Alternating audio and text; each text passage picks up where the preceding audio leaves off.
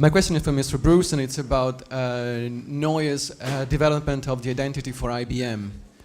I think Rand acknowledged his indebtedness to Olivetti.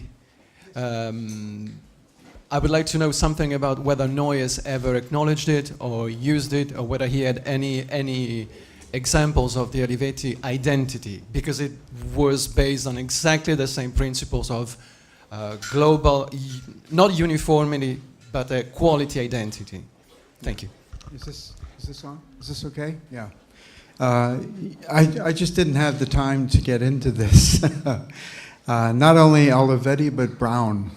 Dieter Rams had a huge influence in helping Noyes demonstrate to Watson the importance of these types of programs. In fact, there's a story where Tom Watson thought he discovered Olivetti.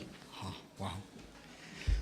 What really happened was Elliot had a IBM designer in Holland send Watson all the brochures from Olivetti. Because he knew if he kept talking directly to Watson, oh yeah. But to get it indirectly from another designer, and then Watson put it on the floor and said, oh yeah, this is really great stuff, you know. And in fact, I didn't show, I have several diaries of when Elliot actually visited Ivrea and went to all the factories at Olivetti. And yeah, it was Noyes who really pushed the Olivetti and the Brown issues. There was another German hi-fi manufacturer also that Elliot used. I have all this, well, the IBM, the Noyes archives are going to go to Harvard, but all of his presentations to management are in there. So there's a whole presentation of Olivetti, there's a whole presentation of Brown, just to educate the management about the value of a total design program. So you're right. I didn't get into, there was no time to talk about that. It would be interesting just to have the dates. Yeah, sure. I can tell you, I have pictures of the diary of when he took the trips. Yeah. And also on those same trips, he met with Hans Knoll, and it's amazing when you read through his diaries, the people he was meeting. And these people were not terribly well known at the time, you know, and it was just, it was this evolving thing that magically happened. I think the time was just right for that type of thinking. But Olivetti was definitely, I have a funny story. At the Aspen conference, I mean, Elliot loved Olivetti, but he knew they couldn't use that amount of playfulness. So Olivetti was, the consistency of Olivetti was really in the sort of the lack of consistency, where you had Bellini, you had Satsas, you had all these famous designers designing in a very similar spirit with bright colors and everything.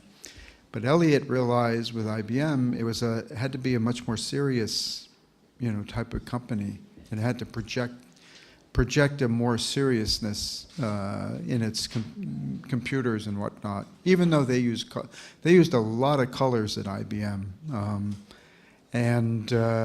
so I happened to ride in the car with Mario Bellini. There were 4 people from the Noyes office and Mario, and he felt very uncomfortable.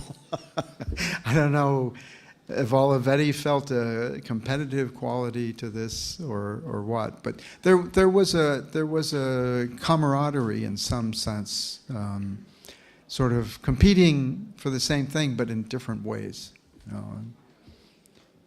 This must have happened after 1960. This was in '82. Yes. Yeah. Much later.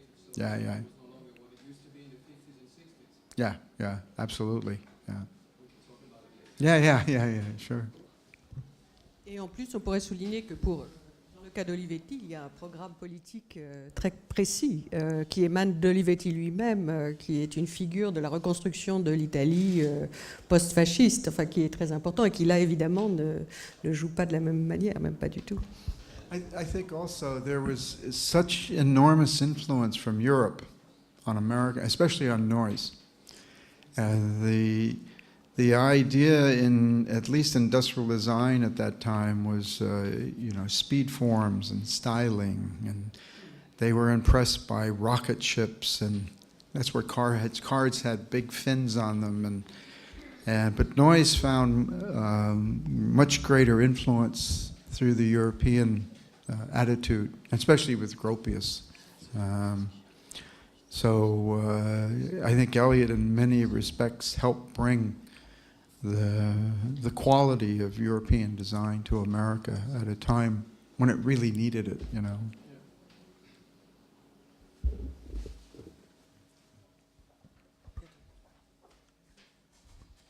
I have one question with a little bit different accent. So one for the Ansad Type Lab. Is there anything, can we talk about national identity in French type design and French contemporary type design? And if that is, what makes the type that is made now in France French? And the second question about national identity in product design for Mr. Bruce. Companies, you mentioned that the team of Samsung were a little bit at loss where their Korean identity is. Can we talk about national identity when it comes to such large global players? I myself, I'm not French, so I have perhaps another point of view on it and with another distance. But I mean, you work always with the context that you grow up, that you know. So it has always an impact on the way how you work. It has also an impact. Who were your teachers? What are your interests? And I mean, the world is becoming more and more global. Aesthetics are becoming more and more global. We know today exactly what is going on at the end of the world, or nearly, if we want to know it. So I would say the aesthetics that we can see today are really much wider than it was perhaps 20, 30 years or even more in the past ago.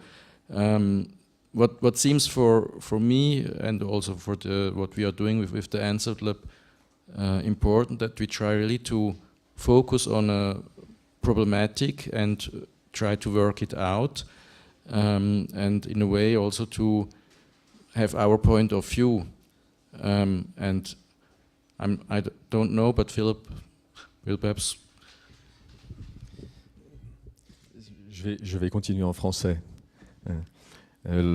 Si on prend le premier programme qu'on a traité à partir des premiers caractères fabriqués à la Sorbonne, en fait, ça n'est pas pour rien, c'est-à-dire qu'il inaugure aussi les deux autres suivants qui traitent de questions qu'on s'est posées au tout début. Quand on regarde les personnes qui ont travaillé à ce projet, c'est-à-dire les premiers, Jean de la Pierre et Guillaume Fichet, eux-mêmes avaient beaucoup voyagé. C'est-à-dire qu'en fait, Fichet avait dans sa bibliothèque les premiers livres imprimés à Rome, des livres de Venise, des livres de Mayence. Autant dire que, alors qu'il était, en quelque sorte, si on peut dire ça, de ce temps-là, le plus français des cinq, c'était celui qui avait la connaissance visuelle la plus européenne.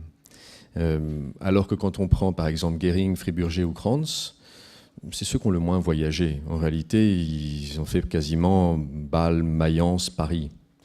Et c'est pourtant eux qui ont fait les lettres. Enfin, je veux dire, c'est eux qui les ont fabriquées sur les indications, ou en tout cas sur les recommandations de Fichet et Jean de la Pierre. Donc déjà, à ce moment-là, qu'est-ce qui fait l'identité française ? C'est compliqué de répondre à une question comme celle-là. D'autant que lorsque, par exemple, les trois imprimeurs, quand ils quittent la Sorbonne, s'installent un peu plus loin, rue Saint-Jacques, qu'ils ont un peu peur justement de ce qui est arrivé du côté de Mayence à Fuste et Chauffeur, qui n'était pas considéré, je dirais même pas comme de la ville, mais pas comme du pays, mais comme de la ville de Mayence, et se sont vus confisquer une partie de leur travail parce qu'ils n'avaient pas les privilèges de la ville. Et eux se sont empressés d'écrire au roi pour dire en fait, on n'a pas beaucoup travaillé avant de venir à Paris, on est vraiment parisiens. Est-ce que vous pouvez nous accorder des lettres de privilèges qui nous permettent de dire qu'on est parisien et qu'on peut travailler comme parisien? Et lui écrit une lettre en disant « Oui, pas de problème, on va vous autoriser, vous avez bien montré que vous êtes des imprimeurs français. Vous veniez de quelque part dont on pourrait dire que c'est l'Allemagne. » Mais en fait, même ça, ils ne savent pas bien le dire. Est-ce que c'est l'Allemagne? Est-ce que c'est pas l'Allemagne? Bon, donc je ne sais pas si on a essayé de penser au départ qu'on allait faire des caractères avec une identité française. Après, je veux dire, chacun, comme le disait André, chacun travaille dans un endroit, et on est défini par un contexte, on est défini par une histoire, on a des envies propres, mais on est aussi amené à faire des choses parce qu'on les a apprises, parce qu'on les a vues. Bon. Donc au fond, il y a un peu de tout cela en même temps. Voilà. Mais ce n'est pas spécifique, je ne crois pas.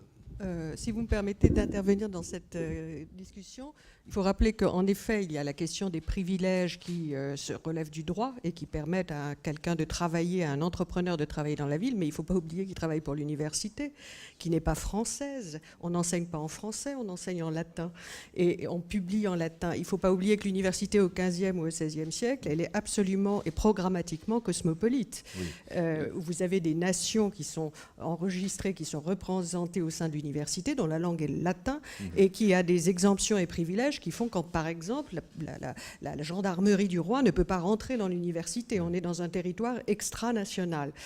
Toute la vie intellectuelle se fait en latin à travers toute l'Europe. Et en fait, quand vous appartenez à l'université de Paris, vous êtes beaucoup plus proche du studio de Padoue, par exemple, ou de Bologne, ou d'Oxford, que, disons, de la jurisprudence. Vous ne relevez pas véritablement de la juridiction du roi de France. Donc il faut rappeler ça. Exactement. La vie de l'esprit est cosmopolite au XVe et au XVIe siècle. Oui, quand on fait le décompte, par exemple, des livres qu'il y a à la bibliothèque de la Sorbonne au moment où Fichet est bibliothécaire, sur les 1700 livres recensés, il n'y en a que 4 en français. Bon. Non. C'est pas une option. La question n'est pas d'écrire en français. Si on veut être crédible intellectuellement, on écrit en latin. Point.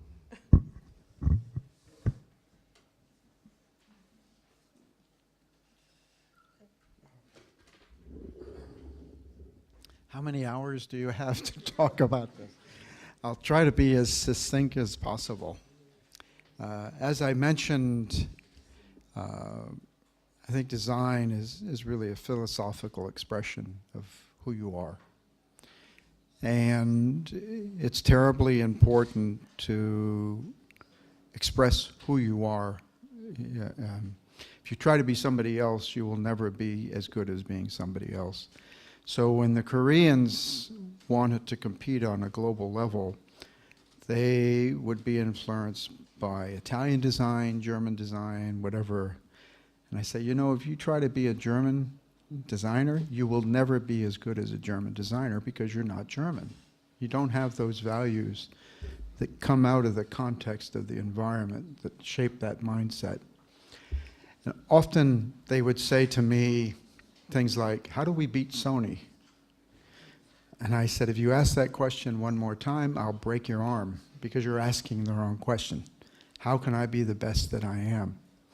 So when we went to Samsung, we didn't teach design, we taught them who they were, which was one of the reasons for taking them out of their culture and then traveling around the world. I know it sounds like it was a fair amount of money, but they made billions of dollars back because of their design being improved. But what we were asking them to do in visiting these 14 or 18 cities, and Paris was one of the cities included, was to look for patterns of recognition about what contributes to all societies. That is sort of the golden thread that goes through everything. Of course, democracy, the ability to make a free judgment. If you work for Samsung, the manager makes the judgment. And so we were trying to empower the designers with the understanding of who am I. Now, it's easily answered by looking at a map. Japan's an island, Korea's a peninsula, and China looks like a big chicken facing east, right? Big piece of property, relatively small, and an island, totally secure, secluded. So the Japanese, having never been invaded, but fighting amongst themselves and becoming very spiritual. There are only three things that Japanese fear. It's fire, tsunami, and earthquakes. They don't fear people. They're warriors, you know. But Shintoism has a huge influence on Japanese design because God is in everything. Much like the Shakers from Europe that came to America. You know, they didn't go to design school. And yet some of the best design in America are Shakers' designs. They were actually offerings to a spirit. I mean, to a higher power, in a sense. So, and I'm not getting into religious connotations or anything, but this driving force to do the best that you can do, you know, within your environment is what it was really all about. So if I sit at a table with I mentioned this to somebody, if I have a Japanese guy and a Korean guy and a Chinese guy sitting, you know, and I'll start talking about design. The Japanese guy will smoke a cigarette, politely fall asleep. I'm listening. He knows. The Korean guy will sit there like this with his nose sort of up in the air. And he knows he doesn't know, but he doesn't want you to know. The Chinese guy will sit there just trying to take it all in. He knows he doesn't know, but he wants to know. And a lot of that all of these things have to do with environment, political connotations, materials available in the environment. So in taking them around the world, we could show them that there's excellence that comes out of all of these different cultures, but all in a very unique way. It's like French food's terrific, Chinese food's terrific, but they all are a result of where they come from. But what was really interesting, when we took them to Mexico City, I walked them up to the pyramids. And we always said to them, it's okay to be Korean, but you're a global citizen. You have to learn to be a global citizen. And they couldn't quite understand, because they had blinders on, you know. So we get up on the pyramid, and so I give a lecture about the Aztecs. Evil comes from the north, the city planning, you know. The Chinese built a wall to the north, protecting them from the barbarians, you know. The food was spicy. Korean food is garlicky and spicy, you know. And the colors, you know, brilliant colors. Why? So one of the best museums in the world is in Mexico City, the Museum of Anthropology. As I'll show you tomorrow. So I showed them this chart. If you are Korean, you have Mongolian blood, Genghis Khan, right? And as a phenomenon, when you are born, you get a blue spot here called the Mongol Punchum, and it looks like a bruise. It's just a phenomenon, you know. Oh, okay. Well, the Aztecs had it. All the Native Americans. And it only makes sense because the first people to America were from Asia. You know? So now, we are a global citizen. So we had to change their thinking about who they really were before they could actually design something from their own strength. This goes on. Un mot de conclusion? Patricia? Oui, je propose que nous continuions cette conversation avec aussi les trois invités qui vont parler à partir de 14h30, c'est-à-dire dans à peine une heure. Et nous faisons une pause maintenant, nous allons déjeuner, nous nous retrouvons ici même à 14h30.